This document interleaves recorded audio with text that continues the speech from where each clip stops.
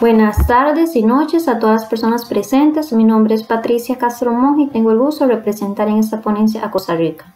Los niños, niñas y adolescentes históricamente han sido una población vulnerada por una perspectiva adultocéntrica, la cual ha contribuido en invisibilizar sus derechos como lo son la participación, la opinión y la autonomía, siendo a la vez doblegada su voluntad a la autoridad de los adultos, incurriendo asimismo en diversos tipos de esclavitudes, abusos y maltratos en los ambientes de interacción cotidiana como el ámbito escolar, familiar y la calle, espacios en los que resulta fundamental intervenir a fin de defender sus derechos. Ahora bien, en cuanto al tema que nos compete, Costa Rica no es un país que escapa de la realidad sobre la vulneración de los derechos humanos de los niños, niñas y adolescentes, ya que prevalece el trabajo infantil y adolescente concentrado en las zonas urbanas, costeras y vulnerables del país, en donde según el Ministerio de Trabajo y Seguridad Social, en el 2016 se registraban 30.369 personas entre los 5 y los 17 años de edad que trabajaban en actividades principalmente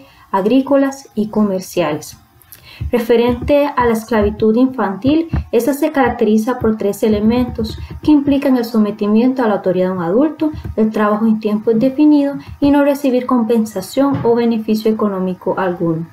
Por lo que, según el Ministerio de Educación Pública, además del trabajo infantil y adolescente, se ha percibido una incidencia de esta población en actividades vinculadas a la servidumbre, es decir, actividades domésticas no formativas en el hogar y el trabajo doméstico a terceros. Asimismo, el trabajo forzoso a través de trabajos ya sea de construcción, empaques y traslado de mercaderías, la ganadería, la pesca, la venta en la feria del agricultor, entre otros.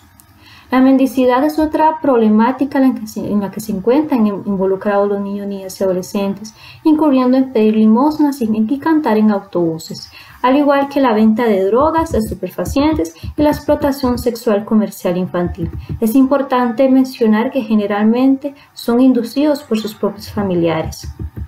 Por otra parte, de acuerdo con la ministra de la Niñez y la Adolescencia, entre el 2010 y el 2020, 114 niños, niñas y adolescentes fueron acreditados como víctimas de la trata de personas y solo en el 2020 ya se habían acreditado 17 personas menores de edad víctimas en las modalidades de explotación sexual, servidumbre doméstica, explotación laboral, adopción irregular y la pornografía infantil.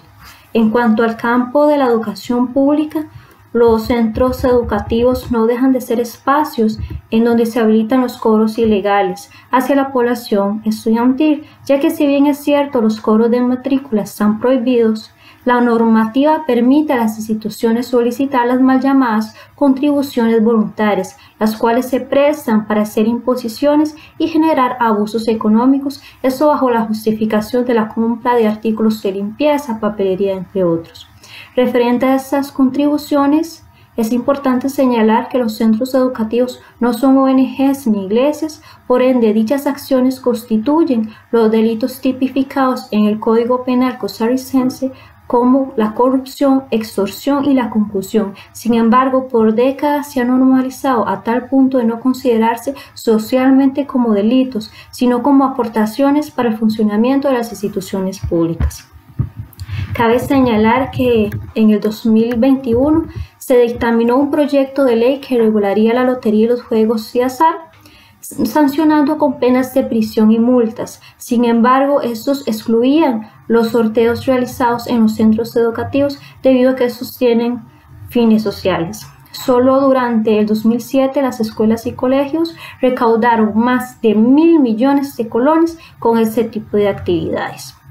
Desde lo anterior es importante y necesario recordar que es el Estado costarricense el responsable de dotar a las instituciones de los recursos necesarios a fin de garantizarles a los estudiantes una educación gratuita, obligatoria y de calidad, y el ambiente óptimo para el desarrollo de sus potencialidades. Por ende, no es obligación de los estudiantes o de sus padres realizar actividades económicas y brindar estas colaboraciones para acceder al derecho a la educación de la población estudiantil.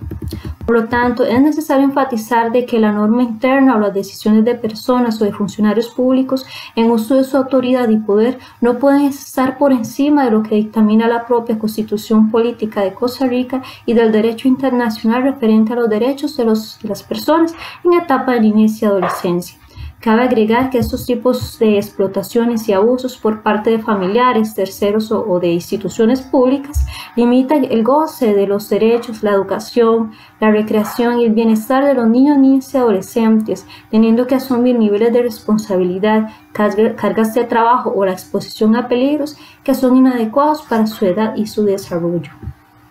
Por otro lado, a pesar de que distintas entidades cuentan con aproximaciones sobre los contextos de riesgo en los que se encuentran los niños, niñas y adolescentes a través de denuncias, estudios y estadísticas,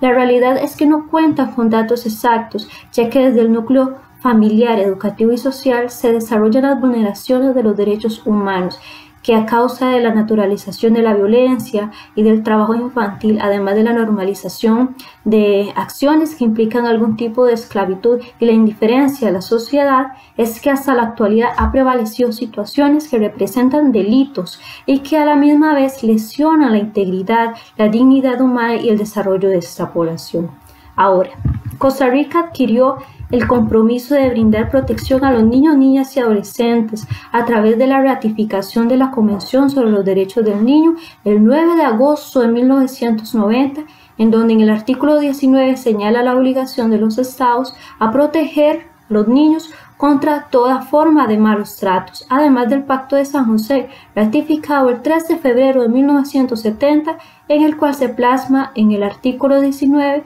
los derechos de los niños y, por supuesto, la Declaración Universal de los Derechos Humanos de 1948, que en su artículo 4 prohíbe la esclavitud, la servidumbre y la trata de esclavos. Sin embargo, en un país como lo es Costa Rica, que inclusive cuenta con la sede de la Corte Interamericana de los Derechos Humanos, resulta inadmisible que se incumplan dichos compromisos internacionales. Es por esa razón que se hace un llamado de atención a las autoridades gubernamentales a ser conscientes de la realidad que están enfrentando los niños, niñas y adolescentes en el país, a fin de prevenir y atender integralmente la problemática, al igual que cumplir con los pactos y los derechos humanos en protección contra la esclavitud infantil. Finalmente, resulta necesario impulsar cambios en las leyes nacionales, tomando como referencia la importancia de las acciones asociadas a prevenir, garantizar, restituir, defender y sancionar los abusos y vulneraciones hacia los derechos humanos, en donde también la normativa internacional sea atendida y adaptada por la norma interna, acatando el fundamento de que los niños, niñas y adolescentes precisan de cuidados y atenciones especiales, y las medidas que se realicen a su favor deben estar orientadas en los principios sobre el interés superior, la participación, el reconocimiento de que son personas sujetas de derecho a la no discriminación y al desarrollo y supervivencia, en donde el Estado está en su deber de cumplir y fortalecer la promoción,